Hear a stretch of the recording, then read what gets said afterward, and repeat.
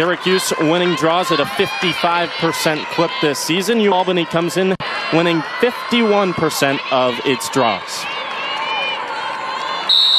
And we're underway inside the JMA Wireless Dome. It's an early win of possession for Albany.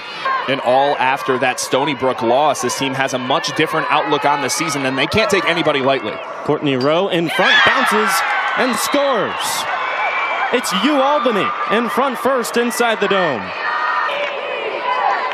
This is a Albany team that recruits heavily out of the state of New York, but Macaulay hails from California. As Syracuse takes away possession, Katie Goodale back there, the leader of the defensive unit for the Orange. A quick pause just to get the shot clock reset for Syracuse. It goes back to 60 after the save from Sinsabo. Ward goes back to work. Far side, Natalie Smith weaves her way past two defenders. Righty swinger, she scores. You can't draw that one up any easier. A nice pick play, and so much of that defensive-minded, especially right now with Emma Tyrell playing so well, just that split second draws both defenders over, and that's an easy shot right in the lane for Natalie Smith. Albany trying to clear, and a caused turnover in the midfield. Olivia Adamson forces it on a Albany team that just clears below 80%. Syracuse clears at 92%, and the Orange have a wide open lane at Cage, and a bouncing shot finds the back of the net from Emma Muchnick. That caused turnover by Olivia Adamson directly relates to the goal. Known for her offensive dominance, but doesn't matter as Syracuse running hard in transition. And Emma Tyrell, a very balanced player that we talked about recently as a goal scorer, gets it to Adamson, and then that extra pass to Muchnick for the bouncer. There's nothing you can do if you're Grace Sinsabo in that spot. Hope your Tuesday's off to a good start. Griffin, I know ours is. We can't complain about some afternoon lacrosse here inside the dome. Inside look for Albany, and a first save for Delaney Schweitzer. And it is another releasable penalty as well with the green card. The Orange offense working against that player down zone defense of Albany. Feet in front for Tyrell, who scores easily, and Syracuse up by 2 early. Benoit, out of Darien, Connecticut, has started every game this season back on the defensive lines. The only freshman to do that this season on the field for Syracuse. But another turnover from Syracuse leads to an open look on the other side for Albany, and a goal early on for Chloe Roos. Step. See Syracuse really working the X right now well, trying to get a cutter back in front for another bouncing shot. Emma Tyrell to Olivia Adamson, and there is the bouncing shot to set up a Syracuse goal. Early movement on Albany forces another try at the free position for Jolie Caramelli. 4 goals in the first 8 games of her true freshman career, but she passes it to Adamson, who stings the top left corner. 2 seconds. You know, that time internal clock is always ticking. Katie Goodale all the way across midfield to clear for Syracuse. Schweitzer tries to set up Tyrell. Adamson feeds Baxter. Now Ward shimmies and charges and rips it into the side netting to score. That was filthy. The ball not sticking for Syracuse, and if you're Emma Ward, just put your shoulder down and go to work, what she did right there. Another player that maybe in terms of point production came out a little slow, but she's averaging 5 in her last 3 games. Pascal this year, 50%, 6 of 12 from the free position. She attempts one here, but she misses it. Delaney Schweitzer stands her ground, and Syracuse takes back possession. Just waiting for that time for Pascal to get free. Another free position for Pascal, and she cannot score on Delaney Schweitzer.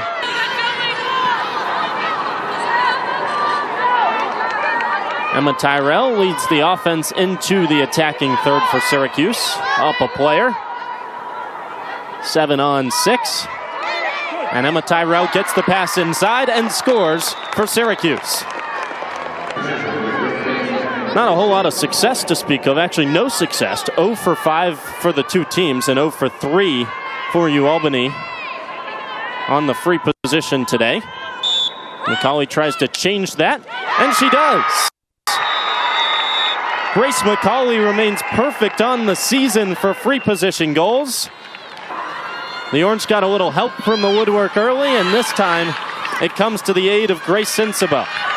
Yeah, she's pretty thankful about that. Now Pascal trying to cash it in on the other side, and she finds the bottom right corner through 5 Syracuse defenders. The defender found herself in front of cage, searching for her first goal of the season.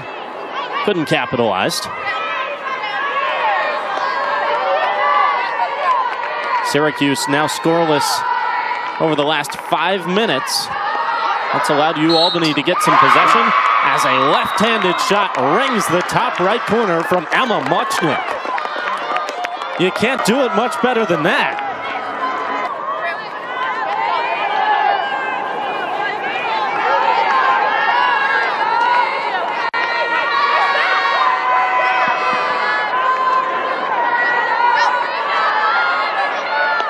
Now Emma Tyrell in front for Ward, spinning, shooting, and scoring.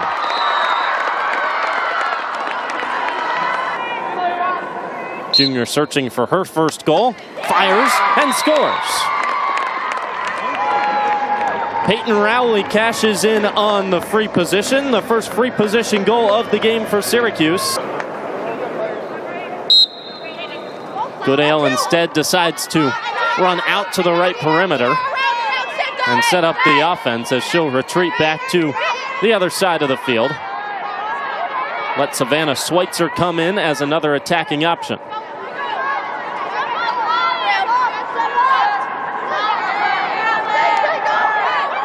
The weave sets up Emma Ward's shot that misses, but a rebound chance finds the back of the net for Jolie Caramelli. Here. Caramelli doing the dirty work, the freshman just waiting for that rebound chance and not able to catch it cleanly for Sinsabo, and then an open net. Caramelli really impressing coach trainer throughout this season.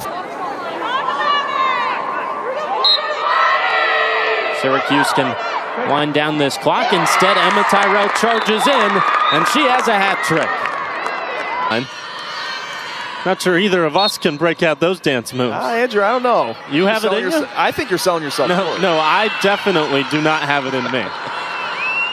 UAlbany tries to create an open look, and they do. Ava Popard with just 5 seconds left in the first half. So many weapons for Syracuse. Here's another one, Natalie Smith, working it inside away from the stick, though, of Adamson. Ward there to scoop it up. Now it's Schweitzer again. Shimmies. And has to lob near side. Baxter charging in. She shoots and finds the bottom left corner.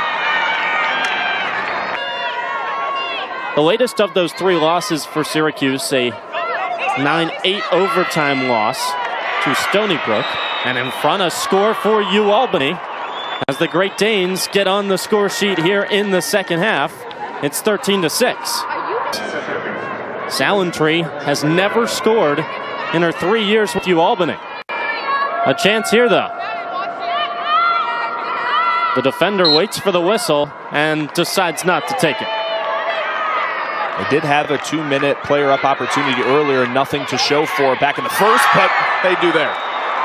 Well, it works out for them. You pass out of it and you create an open look on the player-up, and UAlbany cashes in. Maddie Baxter, a free position look for Syracuse, and she skips it straight through the wickets for her second goal of the game. There's 25%, 1 of 4 from the free position. Pascal trying to add to that list.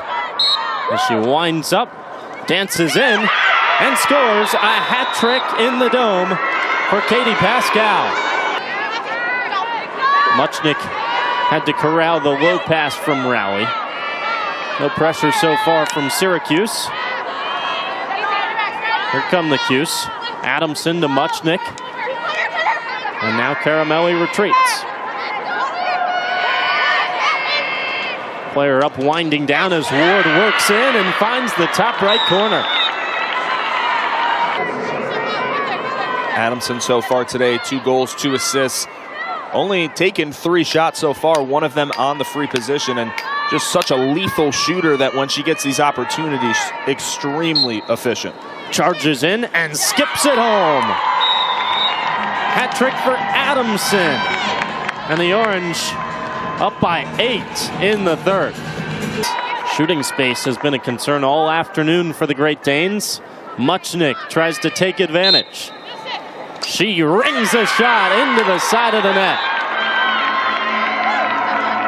Second career hat trick for Emma Muchnick in her first wearing a Syracuse jersey. So Delaney Schweitzer might have to stand her ground once more to end the third quarter. Grace McCauley winds up at the free position. She uncorks a shot and ripples the back of the net. Syracuse a little more successful as of late. Started 1 of 6 from free positions. Now 3 of the last 4. Ward slings it and scores.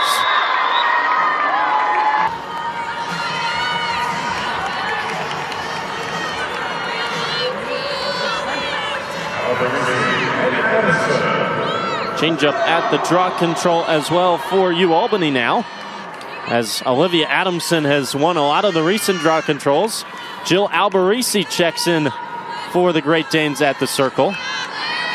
Plenty of lacrosse in her background. Her father, John, played football at Albany. Her uncle, Jason, played lacrosse and football at Albany.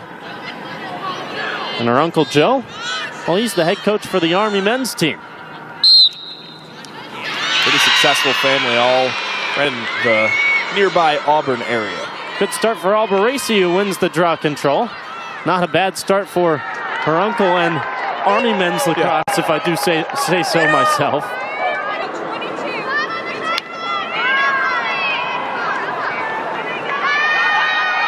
Haven't been really many times at all for the Great Danes to utilize that entire shot clock. 5 here, remember last time to end the third quarter, just 1 second left on the clock for the buzzer beater.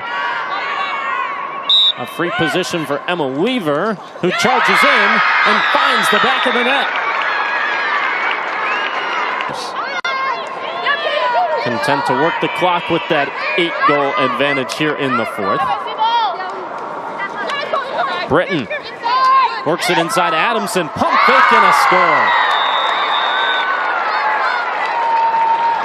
Fourth goal of the day for Olivia Adamson, who faked high, went low, and beat Sinsabo on the shot.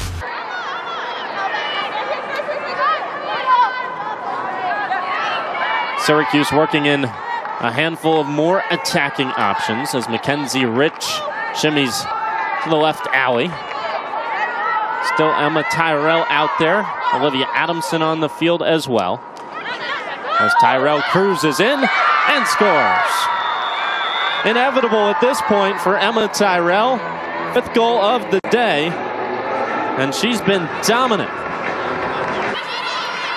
Never know when you might need them, whether it be this year or in years to come under Coach Trainer. Great Danes creeping towards cage, a spin move. But closed away. Briar Hogg couldn't find a lane. Instead, a look in front and a save from Guyette to deny Michaela Mooney. Cuse will go to 6-3 on the season. Still perfect, as we mentioned, at 4-0 as the Orange work it inside. But can't quite find an open look, and another ground ball win for Albany. Transition look as 10 seconds remain. Possibly one last chance for Roos, who lets it fly and ripples Twine.